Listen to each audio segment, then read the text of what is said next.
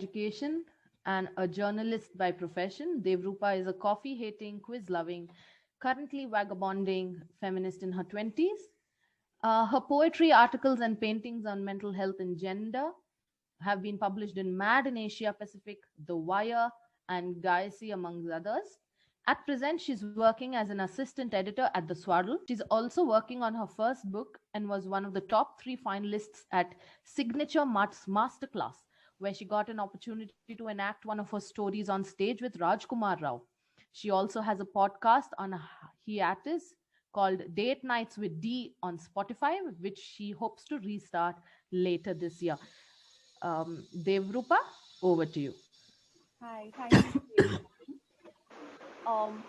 So as Rakshit introduced me, hi, I'm Devrupa. Um, I can introduce myself as a lawyer, as a painter, as a journalist, but the truth is that I'm just confused. I have spent so many years camouflaging that somewhere down the line, I lost the sense of who I truly am, what I truly want to do. What I do know though is that I'm autistic, and that's the part of me I'm currently in the process of falling in love with. And I'm really happy to be here today. Sorry. I'm really happy to be here today because it feels like a celebration of that part of autism. I'm not sure if celebration is indeed the right word, but discourses around autism are just so bleak in neurotypical circles that just the congregation of autistic people discussing their autism, announcing to the world that this is who we truly are and we don't need to be cured, just listened to, feels celebratory in a small way. As for my presentation, um, as an autistic person, I have heavily relied on scripting all my life. But while these scripts enabled me to communicate better, they also limited my ability to express my true self. Since most discourses I based my scripts on were neurotypical and didn't capture autistic experiences, this left me with a very limited vocabulary to capture my experiences honestly and truthfully. And maybe, this need, this longingness to just be able to express myself, to be understood, is what drove me to be a writer. And yet, to be honest, I still continue to struggle with the limitations of language to this day. But growing up, I developed the practice of trying to express myself through metaphors, eventually finding my way into the world of poetry. And today, I will talk about my autistic burnout as well as the nuances of living with it through metaphors that are strung together into poetic verses. But before I start, I would like to give you a little bit of context into my burnout. Um, I was diagnosed with a workplace burnout in 2017 while I was working as a finance lawyer. To safeguard my mental health, I immediately switched over to a less taxing job profile. But because I was still undiagnosed, it never occurred to me or to the professionals treating me that it could be an autistic burnout. So while I chose a less taxing career, I never accounted for my sensory or social triggers. And in fact, people told me that socializing and putting myself out there will help me deal with the depression that I was also going through at the time. And I did exactly that. And then I imploded in 2019. I had a shutdown that lasted for half a year. When I didn't have a job, I didn't have the energy to hunt for one actively. And in fact, I felt I was good for nothing. I didn't know what I wanted to do. And living in an expensive city like Bombay, I incurred so much debt. My burnout basically left me with a huge bill to foot.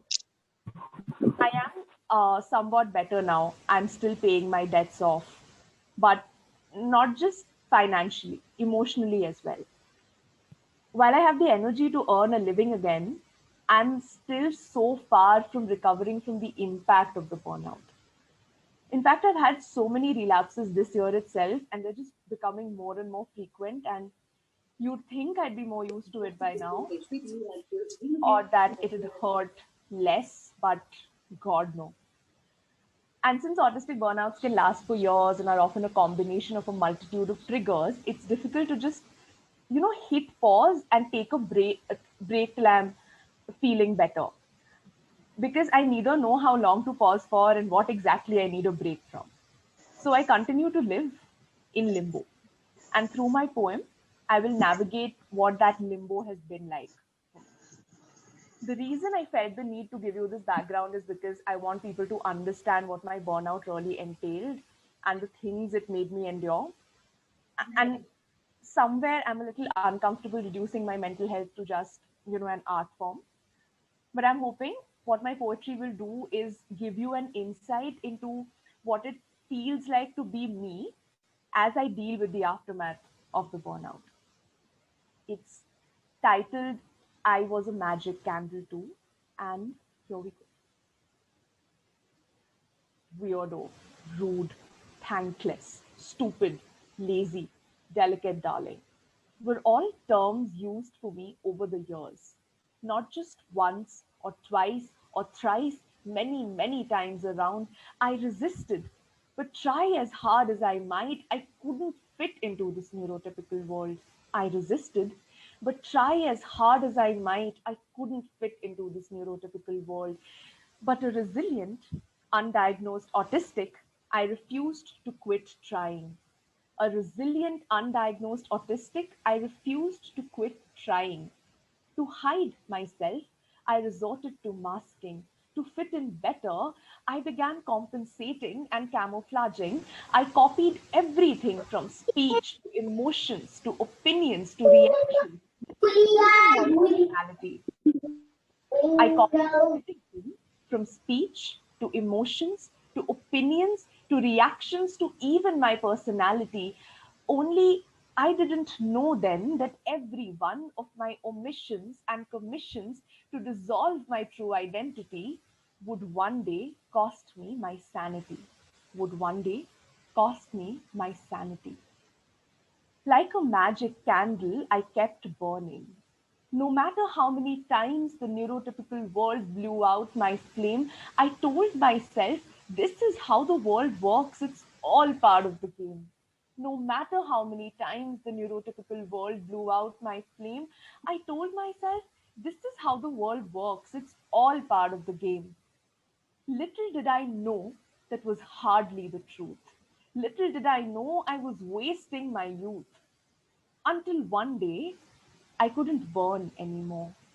The magic candle had burnt itself out. The magic candle had burnt itself out. And it was impossible to ignore that what lay in place of a candle doused was melted wax, a fissured personality, and emotions that were alien to me. Was melted wax, a fissured personality, and emotions that were alien to me. The truth I had unconsciously buried was finally catching up with me, and I couldn't find an escape as I lay in that debris. The truth I had unconsciously buried was finally catching up with me, and I couldn't find an escape as I lay in that debris. I had no option but to acknowledge my autism. But I did more than that. I embraced it and thus began my life's second cataclysm as I began the fight with conformism. I embraced it and thus began my life's second cataclysm as I began the fight with conformism. And believe it or not, but I get so much doubt, so much disbelief, and perhaps even hate for simply standing up for myself, for asking people to respect my boundaries, my space, after I have spent decades and almost killed myself trying to follow their rules in this space. After I have spent decades and almost killed myself trying to follow their rules in this race, but I will keep fighting for acceptance, for my right to be at peace with my autism, because no one must feel the need to sacrifice their essence at the altar of this neurotypical system. No one must feel the need to sacrifice their essence at the altar of this neurotypical system. I am healing, yes, but slowly. I still don't know myself fully, and in my head, it feels so lonely, really lonely. I don't have my zest for life anymore. I don't have my zest for life anymore. Years of pretending round the clock has drained me completely. But the world hasn't ceased to be demanding. It's still driven by neurotypical expectations. It's still mean. It's still traumatic. It's still driven by neurotypical expectations. It's still mean. It's traumatic. Oh, extremely. It constantly feels like I'm a fort under siege. My armies have fought bravely, but now holding the attackers off is beyond their reach. The attackers have already made a breach. And all I can do now is pray, beseech. I want to be whole again. I want to be whole again. I want to flaunt my new true personality, but I need the resilience and the vigor that once fueled me.